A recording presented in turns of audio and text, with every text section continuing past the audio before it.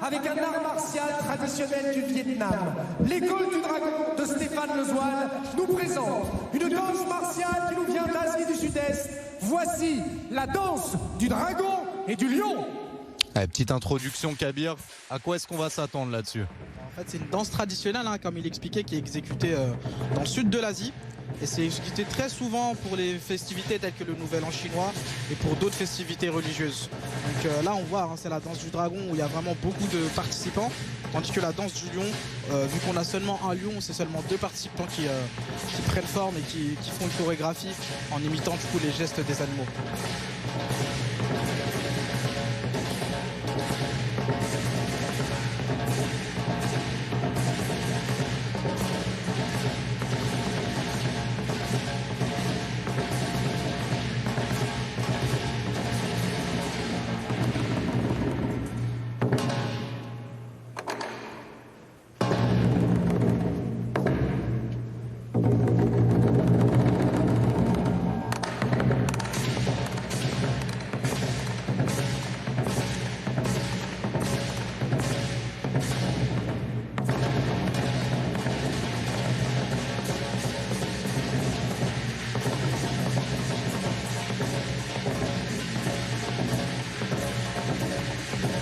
Et là on voit du coup la danse du lion, il y a seulement 2 participants qui imitent justement des gestes animaux, tandis que la danse du dragon ils sont souvent une demi-douzaine.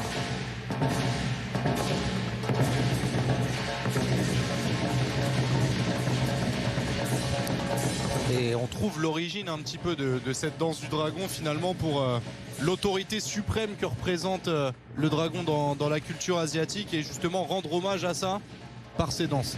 Totalement, le dragon, on sait que c'est un animal mythologiquement qui est très important dans les nombreux pays, les différentes communautés en Asie.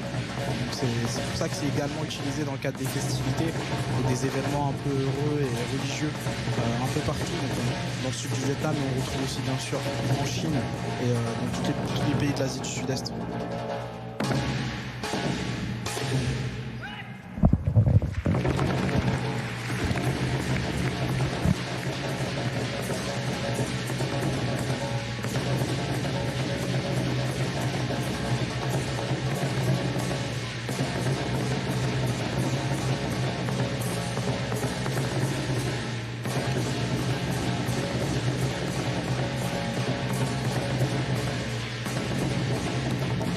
Et pour se rendre compte de la performance au niveau de l'organisation, de la rigueur des mouvements et de la technique, une tête qui peut peser jusqu'à 14 kilos. Donc en termes c'est vraiment lourd, c'est physique. de synchronisation, c'est l'élite là. Ouais, totalement, c'est physique.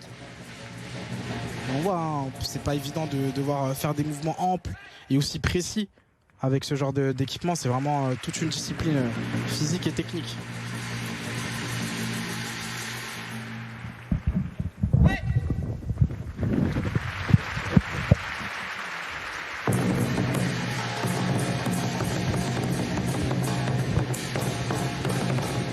Et on trouve également des compétitions sur ces danses du dragon à travers le monde. Donc, comme quoi là c'est une exhibition, mais il y a vraiment un art et des compétitions autour de ça, une manière de se distinguer aussi dans l'exécution de la danse du dragon.